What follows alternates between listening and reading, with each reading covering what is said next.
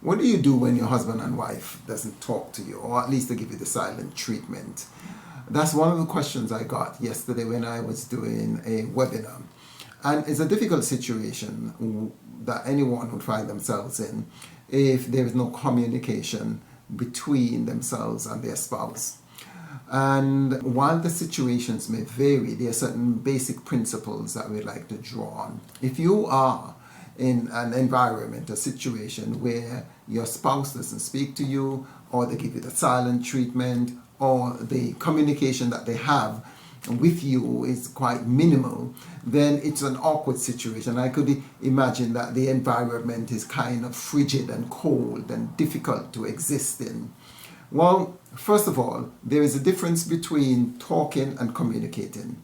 And although we use these terms interchangeably, the difference is vast. And the first thing you need to do is to understand the difference. Talking is actually a type of communication, but it's not the only form of communication. Let me give you a good example. Last night, my wife was telling me about a situation of a young girl, a young teenage girl at church that she was speaking with, who explained that there is a kind of problem going on in her home, particularly with her dad. The dad is actually frustrated and considered the girl to be rude and insolent, and he have nothing good to say about the girl. Now, the girl confided in my wife by suggesting and saying that her dad, when he gets to speak, dominates the conversation. He doesn't allow her to speak, or if she starts to speak, he overrides her and he talks to her. He talks down to her rather than with her. And one of the mechanisms that she seemed to have adopted was to go silent. So one of the mechanisms, one of the strategies, one of the solutions that she seemed to have adopted is to simply go silent. You know, there's no use talking because you're not being heard, one, and two, you're not being given a chance. And she's gone silent.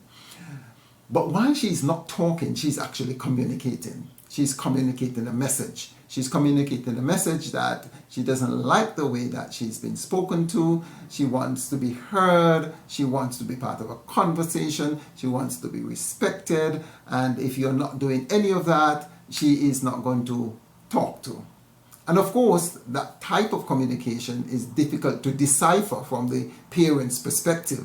Similarly, wherever you are in a relationship, it's difficult to contend with someone who's not engaging with you. But because the person isn't talking with you, it doesn't mean that they're not communicating. They are communicating volumes. Now, I'm going to assume that a couple who got married had a period of time when they were speaking nicely to each other, when they had wonderful conversations with each other, when they were connected to each other. And probably that's one of the reasons they got married in the first place. And in the initial stages of the relationship, the conversation or the communication between both parties were 10 out of 10, or at least 8 out of 10, or more than 5 out of 10. But over a period of time, it has deteriorated. And the silence is communicating a message. The message might be that, 1, I don't feel safe communicating with you. 2, I am not being heard when I try to communicate. 3, the dynamics when we have a conversation doesn't turn out well, and as a matter of fact, I prefer not to communicate. Now, there are other factors that are involved. So what should you do? What should you do? So just some couple of examples. Take responsibility for one. Take responsibility that you may or may not have done something that caused the rift, the breakdown, the disconnection. And you need to find out what it is. And to accept, radically accept that this person has used that type of communication to indicate that something is definitely wrong. And you could feel it, you understand it, you feel the discomfort of the silence. And 3, seek ways in which to make it safe for that person. seek ways in which to allow the person to be heard. Now, how do you do this? This is kind of difficult. One, you need to reflect to the person that you really miss the times when you had wonderful conversation, when you were connected together, when you used to talk about anything and everything.